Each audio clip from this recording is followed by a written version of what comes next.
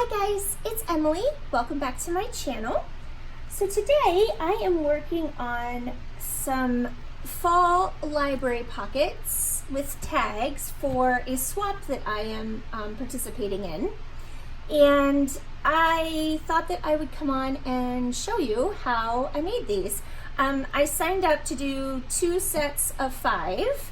So each set has to be different from the other set, but within the set, all 5 need to be the same, if that makes sense. So I have already finished one of each type that I'm doing, so I can show you the finished product ahead of time, and then I will put one together of each type for you to see how I did it, and then I'll do the rest off camera because you don't need to see me do the same thing 4 times.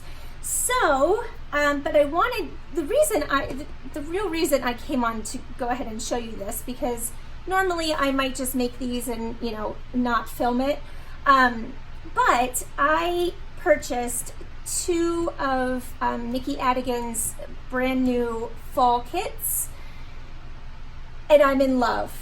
I am absolutely 100% in love with these kits, and I just wanted to share them with you, share how I'm using them in a different way than their intended purpose, because I think it's really cool sometimes to see ideas that, you know, I mean, one of the kits was a tri-level tag kit, and one of the kits was a whole journal kit.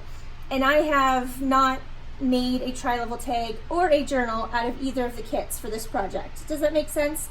I know I like to see how other artists make things, you know, in different ways. So that was why I decided to go ahead and turn on the camera and show you what I was doing. So let me show you real quick the names of the kits that I am using. The first 2 are by Nikki Adigan, and she is Musings by Nikki on Etsy, and she's Nikki Adigan on YouTube. The first one is the Country Harvest Tri-Level Tag Kit. It is gorgeous. And then the second one is the Orchard Harvest Journal Kit, which is just scrumptious, and I will be making a full journal out of it, you know, in the future. So you will see that because it is absolutely gorgeous. And then I also used the aged and shabby, or it might be shabby and aged library cards from the old design shop. So I just wanted to mention that as well.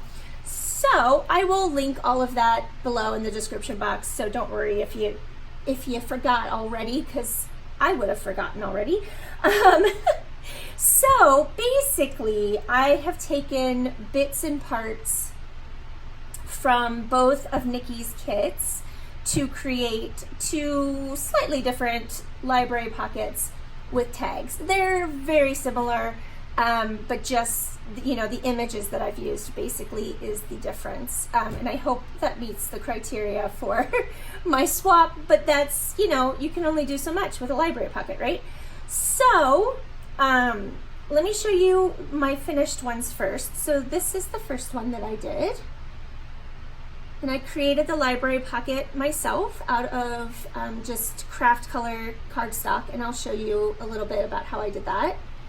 So here at the bottom, I have used part of, let me show you which part, of the tri-level tag kit. And what I did was I cut off this portion, and that I used for the back side, or the back inside, you'll see, of the library pocket. And then I cut this piece off here, as you can see, and then I was a dingbat and put it on upside down. So, you know, what is a project without a little mishap, right? But I don't care. I still think it looks pretty. This apple just happens to be defying gravity and growing upward. You know, I mean, things happen, right? So that's what I did for this piece here. So that is literally just cut from the middle of the tri-level tag piece, okay? And then I just wanted to show you that. so you could see kind of, you know, where I got the stuff from. And then I just layered a little bit of coffee dyed cheesecloth with a piece that I ripped off of another part of the kit. I believe I ripped that off of the back paper, I'm gonna call it, that comes with the tri-level tag kit. It's the paper that you're supposed to print on the back of all of the other pieces, if that makes sense. So I just literally tore off a piece that looks like burlap, inked around it, added the word thankful, and plopped that right on that little label piece. And then I'll show you the library card in a second, but here's what I mean when I say I cut that piece off of the tri-level tag part. Can you see what I mean? So I just snipped off that whole part, and then I glued it inside and I sewed around the whole thing, if you can see that. I love that sunflower. I think it is absolutely gorgeous with the doily and the burlap. So pretty. I used walnut stain distress ink for everything because I wanted it to be kind of grungy. And then I added an eyelet at the top and a little bit of seam binding. And then the back, this is a piece, this is the page from the tri-level tag kit. I tore off a bit of it, but this is the page that you print on the back of all the other pieces. So it's kind of like a collage sheet is how I used it for this project. And I just tore off a piece that was the right size, used my tear ruler and plopped that on the back and sewed around that as well. And that's how I made the library pocket. I chomped off my corners.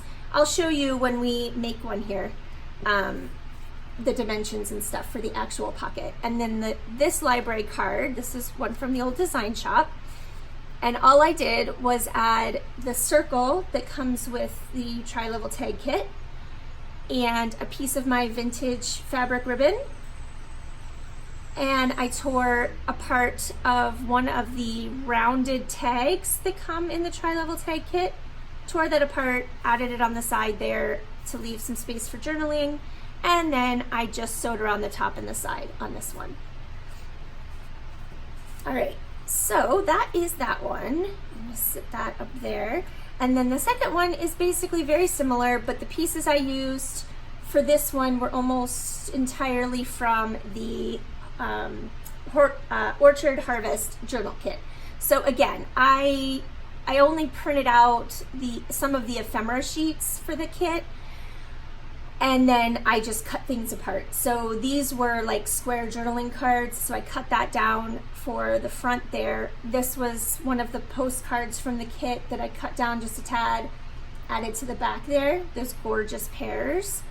And then I added some cheesecloth and the word harvest. These words come from this Tim Holtz thingy.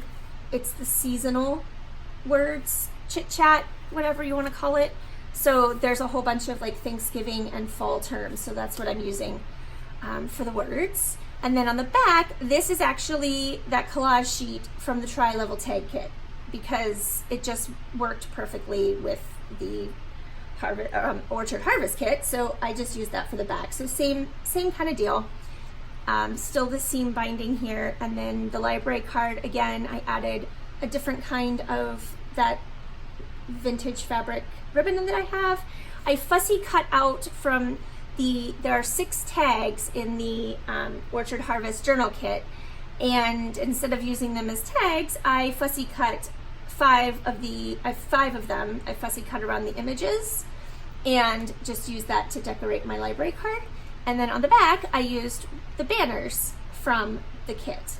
So yeah, anyway, this just show you and tell you that you don't have to use the kit the way that the artist who designed the kit intended it to be used. You can do a bazillion different things with one kit. So purchasing a digital kit opens up just a world of possibility for a creative person. I mean, you can just do tons of stuff. So I just wanted to throw that out there.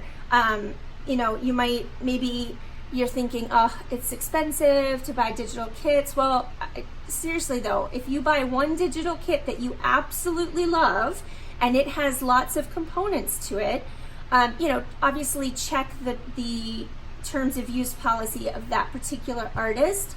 But a lot of times you can print it, you know, quite a few times at least, and you can do so many things with it. So for, you know, under $10, you've got an amazing amount of possibility. So that's my little rant on buying digitals. Let's put it this way, it's much cheaper to buy a digital kit and print it multiple times than it is to buy a like Tim Holtz paper pad, and once it's gone, it's gone. Do you know what I mean? So then you have to rebuy it, and they're more expensive than the digitals anyway. So that's off my soapbox. I'm done. All right, so I want to show you how I actually, you know, made these. So we'll start with this pile over here, which is actually going to be this one. We will make this one first. I want to just kind of move. No, it's okay. I'm just going to leave that there. It's fine. All right, so here's what I've already inked everything. I've already cut everything. Everything's ready to go. So this video should not be terribly long unless I get chatty, which is a thing. So I'll try not to get chatty. How about that? I'll do my best. And then this one has, I had a, oh no, it's over here. I lost my eyelet. All right. I just wanted to make sure I had everything sitting here. So let's go ahead and do this first. Now, I'll show you what I did. I took a piece of, grab it here, just some craft color cardstock, okay? And I cut it down to, I find my ruler. The strip started out as 8.5, so just the length of the sheet. I didn't change that, or the width, I'm sorry. The width of the sheet of paper, I didn't change that at all. And then I cut a strip that was 4 inches wide, okay? So 4 by 8.5. And then I scored it at 3/8 of an inch on this side, and I flipped it over and did 3/8 of an inch score on this side, and then I flipped it this way and I scored at 3 inches, okay? So then I cut to this score line. I cut the part, this part that was up here, I cut off and then mitered a little bit here on each side. So that gives you 3/8 of an inch to fold over, and then you can fold up your pocket and have like a little, you know, a gusset, so you have more space to put lots of fun stuff. And then I used, I got this the other day at Tuesday morning because I have corner punches, but I didn't have like one of the 3-in-1, and I do really like this, and it was really inexpensive. So for the top of these, I used the this one. I don't know what to call it. I call it the biggest corner chomper, I guess, but you know, you've got like big, medium, and small, in my opinion. I don't know what the real term is, but that's the one I used. But you could use any corner chomper, or you could just leave it square. That's fine too, no problem. All right, and then I inked around all the edges on that. And like I said, I've already inked all of this as well. So this was the piece that was here. It was a little bit longer. I had to cut it down a little more, but it was probably, I don't know how tall it actually was to begin with. Oh, here, we can actually figure it out. It was about like that. So I cut it down to fit my space here. And honestly, you could make your library pocket any size you want. Just give yourself like 3/8 to 1/2 of an inch extra to be able to give yourself these little tabs to fold in, okay? Otherwise, I mean, you can do whatever you want. It just happened to be the right size for the old design shop library cards that I already had. And I printed those onto coffee dyed paper. so they're even grungier.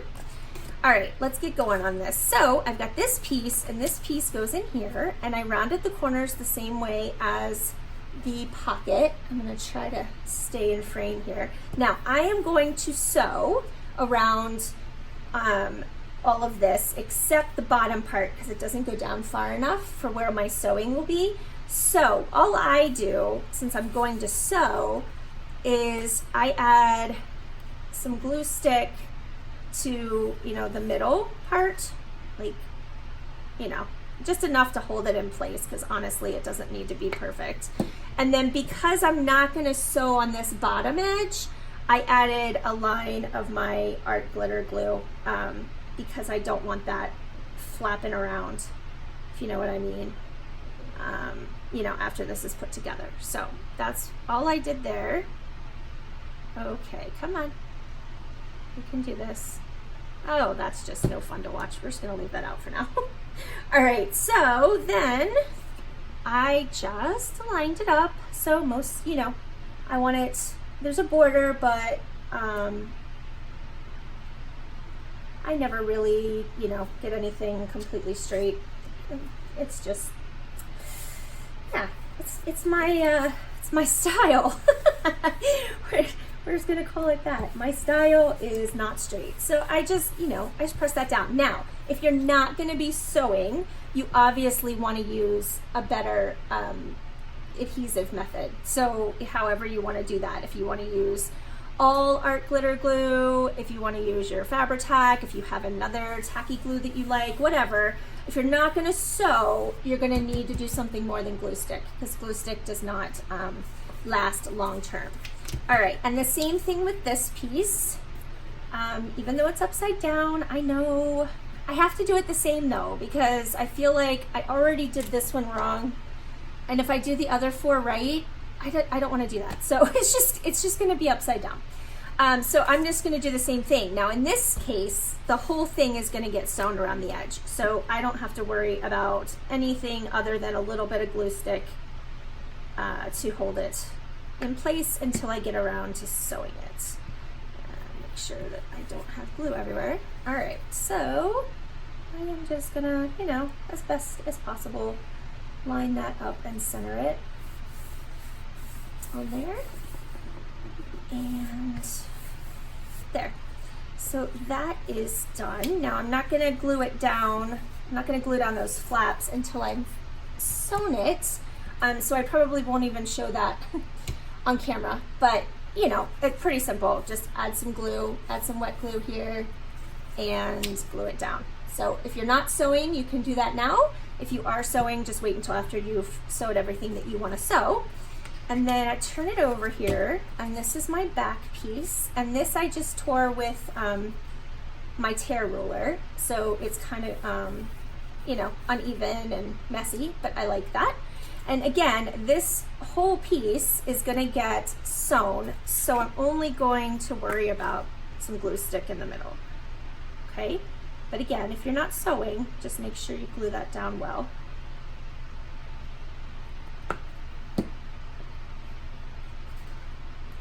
Like so. And nope, that's not straight. I can handle some unevenness, but you know, it's got to at least fit on the piece I'm gluing it on, right? So, okay. Yeah, that is not straight at all, but I like it. I don't care. I didn't tear it straight, so it's just not going to be straight. So I will sew all of that. I might actually just go ahead and sew it and then come back, but let's go ahead and finish what we can do here before sewing. So what I did was I used a piece of cheesecloth on this label, and then, like I said, I just, you know, tore out a piece of the burlap background from the paper in the kit, and then I just want to pick a word that has to do with fall and all of that fun stuff. So I think I'm just going to use the word autumn. How about that? All right, and I do need to ink this because I didn't know what I was going to use beforehand. These are stickers, but I don't feel that they are sticky enough. And I also want to, oh no, not for this one. Anyway, yeah, just forget that. Anyway, I'm just going to add some art glitter glue to the back of the sticker. They're not sticky enough for my liking. And then I'm just going to attach that to my piece of burlap, and it's not going to be straight. It's not going to be, it's just going to, you know, it is what it is. And then that I'm going to attach onto the cheesecloth. I hope you can see that okay. I feel like I need to zoom in, but hopefully it's okay. So for this, what I do is I don't try to glue my cheesecloth to paper or anything, because it does not work. You just end up with glue all over your hands. Usually the cheesecloth ends up stuck to you and not what you wanted it to be stuck to anyway. So since it's such an open weave, I use Fabri-Tac for this. And I just add a very generous amount, especially in the center of whatever I'm gluing down. And then that will just go right through the cheesecloth and glue everything down at once. Make sure I have it right side up. I almost didn't. And so I just glue that down, and it will, you want to hold it probably a little longer than you would, you know, if you're just gluing to paper, but just to make sure that you catch all that cheesecloth. But it's pretty quick. And then, yeah, there you go. So you have that. And the magical anti-gravity apple.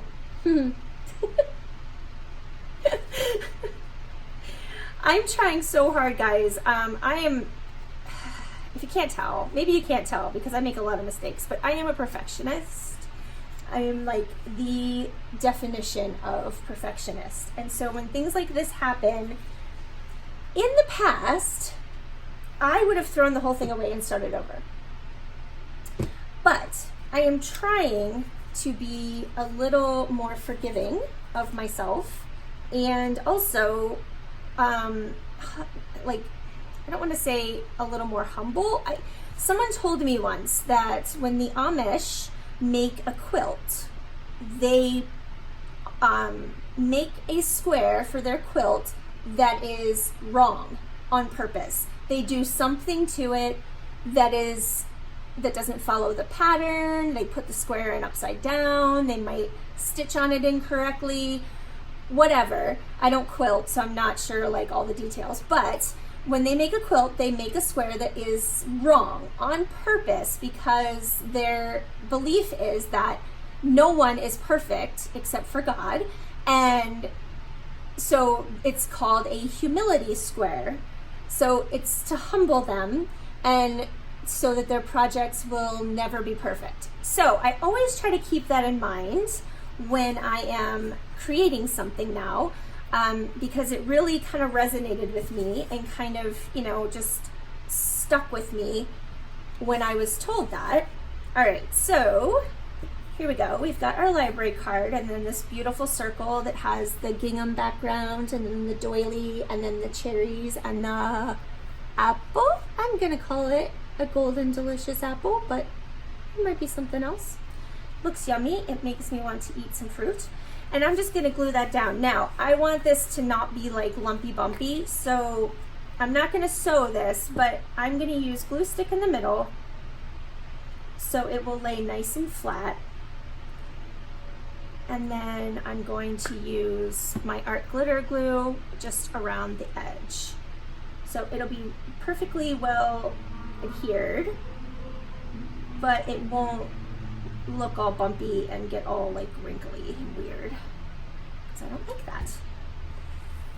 Oops. All right, so make sure I put it the right side up, and let's just plop that down there, and that just decorates the front a little bit. And then the back, I'm going to use this piece. And I'm gonna sew here and here. So the only place that I need glue is along this edge, but I will add a little bit of glue stick just to the rest of it to kind of hold it in place a little bit. And then I will run my glue down this edge so I make sure that that holds really well. And the little tip at the bottom. All right, and then that is just gonna go right up along this edge here, like so. All right, so we are pretty much done. That was pretty quick. I just need to do some sewing. So I'm gonna go ahead and, yeah, I'm just gonna sew off camera. So basically, yeah, because I showed you the finished product already. So I just sewed across the top to hold my flap or my tab down, and then down the side, and then that holds that piece on. And I used a straight stitch on this front part, and I used a zigzag stitch on the rest of it. And that's it. That is how I did it. So I'll show you the other one real quick. Let me just set this aside to be sewn. All right, so the other one is very similar, very, very similar.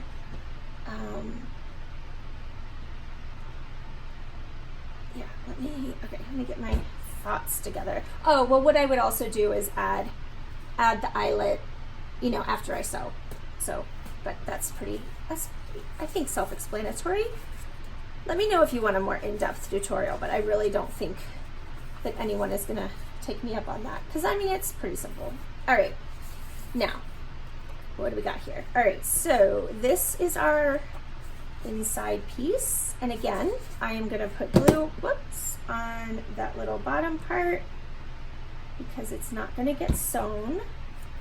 And then just some glue stick in the middle.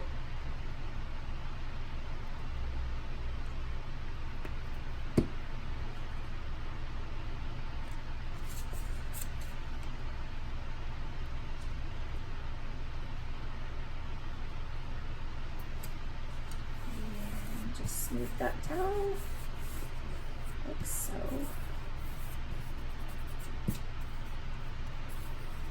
Alright, and then the front piece is like this, and we just need glue stick for this one.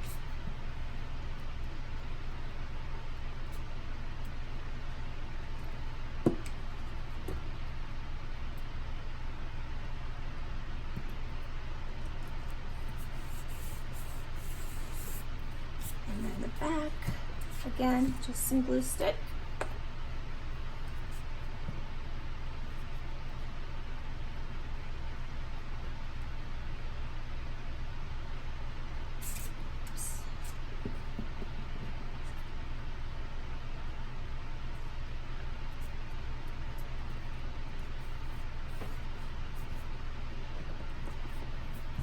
Because I will sew around that whole thing. Right, and then on the front here, I just used some cheesecloth up here. I don't need quite this much. Let me cut this down a little bit. So I just put it up here, kind of out of the way of where I'm going to be stitching. And then let's pick a word. Let's do autumn again, because this is the other set, so that's cool, we can do that.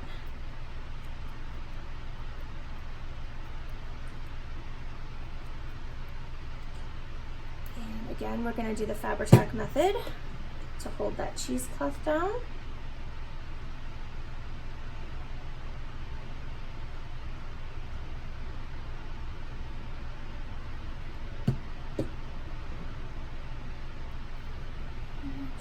Sure I have it where I want it. Whoops, I was gonna put that on upside down. It's that kind of day, right? All right, and just hold that for a little bit, make sure it takes hold there.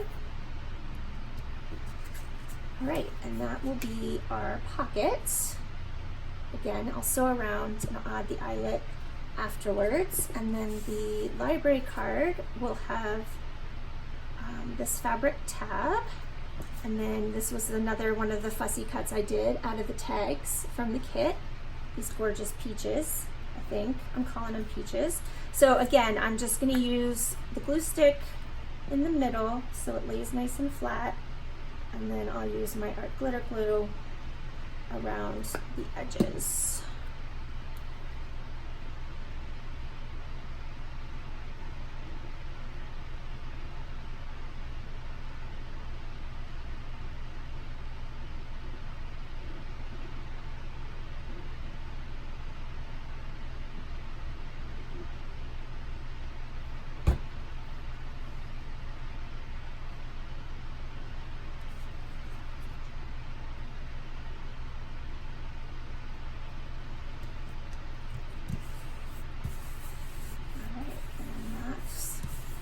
Good, and then I'm gonna put my banner here. Now on this one, I only sewed across the top, so I need to put glue everywhere except, you know, I don't need to put any across the top. So again, we'll use the glue stick.